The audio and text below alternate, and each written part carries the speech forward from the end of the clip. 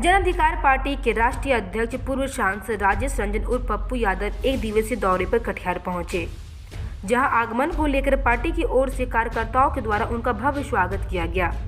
वहीं रेलवे अधिकारी guest house में प्रेस कॉन्फ्रेंसिंग आयोजित की गई। आयोजित प्रेस कॉन्फ्रेंसिंग में पार्टी के अध्यक्ष राजेश रंजन उर्फ पप्पू यादव वर्तमान में बिहार सरकार और केंद्र सरकार पर जमकर बरसे। उन्होंने स्वास्थ्य मंत्रालय के सभी पदाधिकारियों की संपत्ति की जांच की मांग की। साथ ही उन्होंने कहा कि कोरोना वायरस की जांच मात्र कागज में सिमट कर रह गई है, जो कि वर्तमान सरकार ने गलत आकर दिखाकर लोगों को बेवकूफ बनाया। किसान बिल को लेकर भी जमकर केंद्र सरकार पर बरसे। उन्होंने कहा कि जब कृषि बिल को अपनाना ही नहीं चाहते तो फिर जबरन सरकार किसानों पर क्यों थोप रही है। साथ ही उन्होंने रुपेश हत्याकांड में निस्वार्थ जांच करने की अपील की।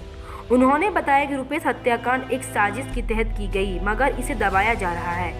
वहीं उन्होंने कहा कि आगामी 14 फरवरी को पार्टी की ओर से कृषि बिल को लेकर आंदोलन के दौरान शहीद हुए किसानों एवं 14 फरवरी को पुलवामा में हुए आतंकी हमले में शहीद जवानों के लिए कैंडल मार्च निकाली जाएगी। इस दौरान पार्टी के जिला अध्यक्ष अरुण कुमार सिंह, नैयर मसूद खान, वकील दास, तनवीर शमशी, सज्जाद आलम, तौसीफ अख्तर, चितरंजन यादव, चंदन यादव, राजा यादव, मोहम्मद खुर्शीद आलम उर्फ राजा, रवि यादव, काशिफ खान सहित पार्टी के सैकड़ों कार्यकर्ता मौजूद थे। अटेम्प्ट लिया पहले मारने का, तो क्या हमने जानकारी नहीं ली जिसको मार रहे हैं कि वो कौन है? बस हम काली गाड़ी देख करके 4 बार अटेम्प्ट ले लिए। और कोई अपराधी 4 घंटा एक दुकान पर बैठा रह गया। क्यों बैठा रह गया? तो काली गाड़ी वाली आएगी, उसको हमको ठोक देना है। बाहरे सरकार क्या है मोटिव? कुछ अधिकारी का चर्चा। सर, मैंने एक अधिकारी नहीं, मेरा सीधा है या तो सीडी या तो कॉन्ट्रैक्टर। 2-3 मंत्री, पूर्व मंत्री, कई पदाधिकारी, 18 करोड़ से 12 करोड़ 13 करोड़ का पैसे का ट्रांजैक्शन। मैंने पहले भी कहा, मेरे पास सभी पदाधिकारी के सीडी हैं कि किसके किसके पास पैसे का ट्रांजैक्शन कहाँ से हुआ, कैसे होता है, किस रूप में हुआ। सीडी मतलब उसके कागज कैसे कैसे ट्रांसफर हुए, किसके साथ कहाँ गए, कौन विदेश गया, विदेश में कौन, कुछ पत्रकार भी गए, कौन लोग गए, किसके साथ क्या रिश्ता था। दरभंगा में एक नहर के कॉन्ट्रैक्टर में रुपेश की क्या भूमिका थी, उसका पैसा किसके पास गया, किसके माध्यम से गया। कौन है पुनःचक का एक कॉन्ट्रैक्टर जो सरकार के साथ संलिप्त है, कौन है, उसका नाम उसको क्यों अभी तक छोड़ के रखा गया है? ये मेरा सीधा सवाल है। कौन चलाता है? कौन है जदयू का नेता जो चलाता है ठेका? पता? आप 3 जदयू के नेता को आपने छोड़ दिया। क्या उसके पीछे एक बड़ा नेता का हाथ है? कई पदाधिकारी है उसमें। मैं तो कह रहा हूं, एम्स ले आइए, एक हाई कोर्ट ले आइए, उपराजधानी बना लीजिए, और साथ साथ नए रोजगार के सृजन के लिए हमारे यहाँ मखान भी है, दूध भी है, पान, माछ भी है, मक्का भी है, और हम 3 फसल उत्पादन करने की क्षमता भी है। तो हमको आप जीने की आज़ादी दे दीजिए। चौथी चीज़, हम लास्ट में सिर्फ इतना कहना चाहेंगे कि हम बिहार सरकार से बहुत क्लियर डिमांड करते हैं कि इस बिहार के लगभग सभी पदाधिकारियों की संपत्ति की इंक्वायरी, उनके रिश्तेदारों की इंक्वायरी, और 30 सालों से लगभग एमएलए, एमपी, मंत्री जो रह रहे हैं उसके पूरी परिवार और उसके रिश्तेदारों की सफल इंक्वायरी, क्योंकि बिहार को लूटने में इन लोगों की भूमिका सबसे ज़्यादा है। हम चाहते हैं हर परिस्थिति में यह हो। 14 तारीख को हम 200 से ऊपर किसान डेथ किए हैं, और पुलवामा में जो शहीद हुए थे उन पर कोई आज तक मुआवजा सही से और नौकरी नहीं दिया नरेंद्र मोदी जी की सरकार। इन दोनों शहीद के लिए हम लोग कैंडल मार्च 14 तारीख को निकालेंगे, और 18 तारीख को पूरे भारत में किसानों ने रेलवे जाम करने का निर्णय लिया है। हमारी पार्टी पूरे तरह से 18 तारीख को किसानों के साथ खड़ी रहेगी। और कुछ पूछना हो तो आप पूछ। सत्याकांड में या तो लड़की है, या तो सीडी है, या तो पैसे का ट्रांजैक्शन है, या तो ठेका है। लेकिन इसको नकारा जा सकता है क्या? आप अपराधी, माफिया और बड़े बड़े पैसे वाले को आप लाइसेंस दे रहे हैं और उसको 2.5 लाख 3 लाख में लाइसेंस दे रहे हैं, और आपने उसकी ये कटिहार ही है क्या? शायद कटिहार के डीएम ने तो कैंसिल भी किया है बहुत लाइसेंस।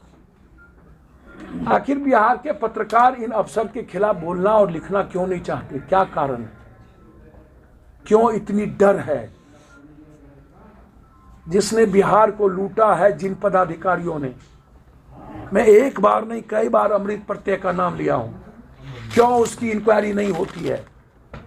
क्यों उसकी फोटो की जांच नहीं होती है? मैं कई बार पटना के कई सीनियर पदाधिकारी का नाम लिया हूं।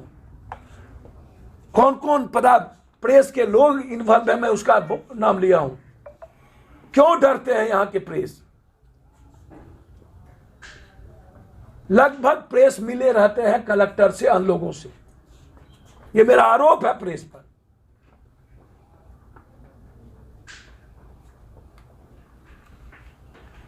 मैं इस कटिहार के कलेक्टर के औरंगाबाद की पूरी जांच लिख रहा हूं भारत सरकार।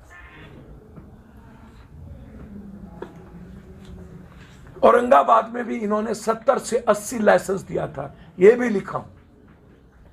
और उसके बाद इसकी पोस्टिंग किस कारण से हुई, यह जांच का विषय है। फिर इन्होंने लाइसेंस को कैंसिल किया।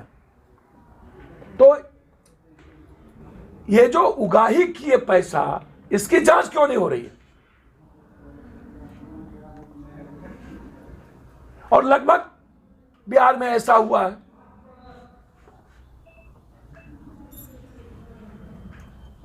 पूर्णिया को भी मिनिस्टर मिला, 3 मिनिस्टर सुपौल में मिल गए, सहरसा में मिल गए।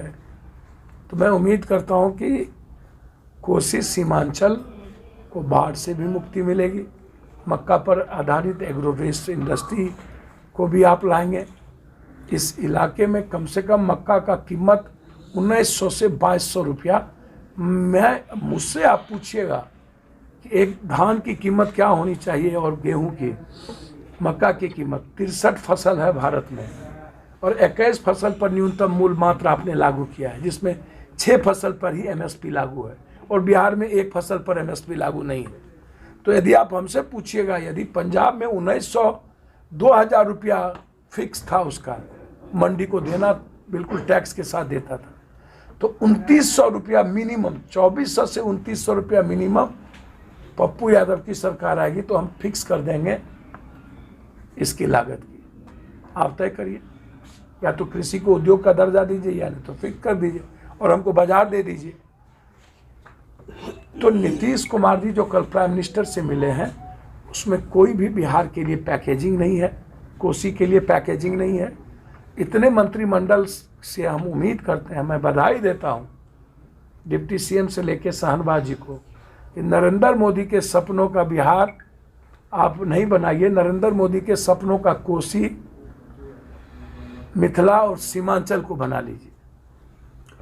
पर बार बार आप रोजगार पर चर्चा नहीं करते हैं। तो प्रधानमंत्री से पलायन रोकने पर कोई बात हुई कि नहीं, फैक्ट्री खोलने पर कोई बात हुई कि नहीं, बाढ़ से मुक्ति की कोई बात हुई कि नहीं, महानंदा बेसिन बांध के निर्माण पर कोई बातचीत हुई कि नहीं, बिहार में एग्रो बेस इंडस्ट्री पर कोई बात हुई कि नहीं, कोसी सीमांचल में, मिथिलांचल में मक्का पर आधारित फैक्ट्री की कोई बातचीत हुई कि नहीं। तो ये सबसे इंपॉर्टेंट था जहां हम पलायन को रोक सकते थे। 1 घंटे के बाद मुख्यमंत्री जी ने कोई ऐसी बात नहीं बताई जो सकारात्मक बात नीतीश जी की नरेंद्र मोदी जी से हुई।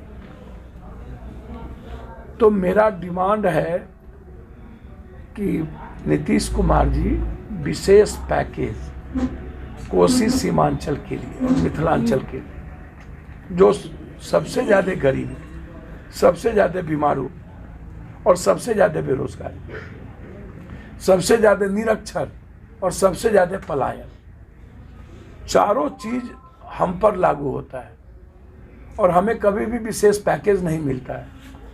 तो क्या विशेष पैकेज देकर आप आज हमारी 2 मुख्य खेती इस इलाके की ख़त्म हो गई, वो है जूट और गन्ना।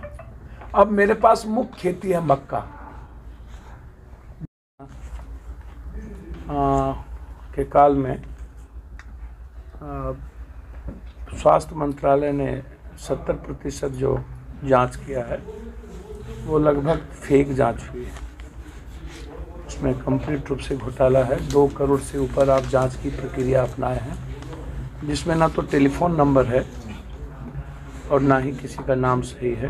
कोई टेलीफोन नंबर उत्तर प्रदेश का है, कोई मध्य प्रदेश का है। उसके बाद 2 करोड़ से समथिंग जांच के बाद आपने 2 लाख समथिंग आपने पॉजिटिव केस की बात की है। लैब नहीं है, कहाँ आपने जांच किया उसकी प्रक्रिया नहीं है। तो ये एक बड़ा घोटाला है। मैं नीतीश जी से आग्रह करूँगा कि आप हर परिस्थिति में गेट बंद कर दिए। इसकी जांच आप वर्तमान किसी न्यायाधीश से आप करेंगे तो बड़ी अच्छी कृपा होगी बिहार।